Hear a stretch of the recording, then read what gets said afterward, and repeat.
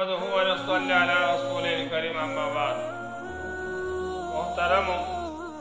یو کس ولګېدلی او د رمضان روژه یې قصدن وخوړله نو دا یې کس باندې د روژې قضا هم واجب ده او کفاره هم واجب ده قضا یې خو یو روژه یې د دې قضا به راوړي او د هغې کفاره دا ده چې دی به یو غلام ازادوي خو چونکې دې ملکونو کې غلامان نشته نو د هغې نه علاوه دوه طریقې نورو شریعت کې راغلي دي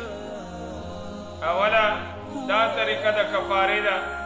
چې دی به پرله پسې 2 میاشتې روژې نیسي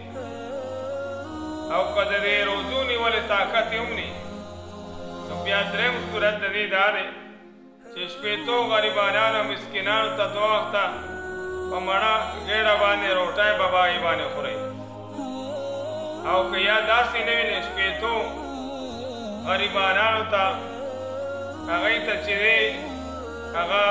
د هغوی روټۍ حساب دې وکړي نو په حکم 2 سیره غنم یا د دې قیمت او یا دا شان د ریجې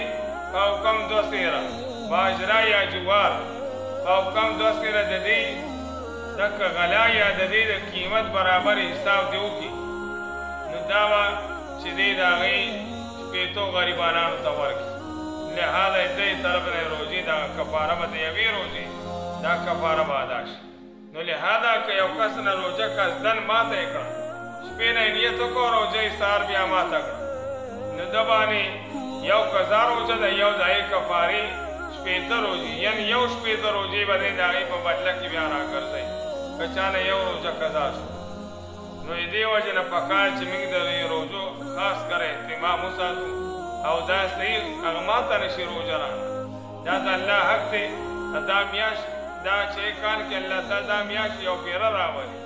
چې موږ د دې روژو صحیح اهتمام کوو الله تعالی مې نه په دې خبرو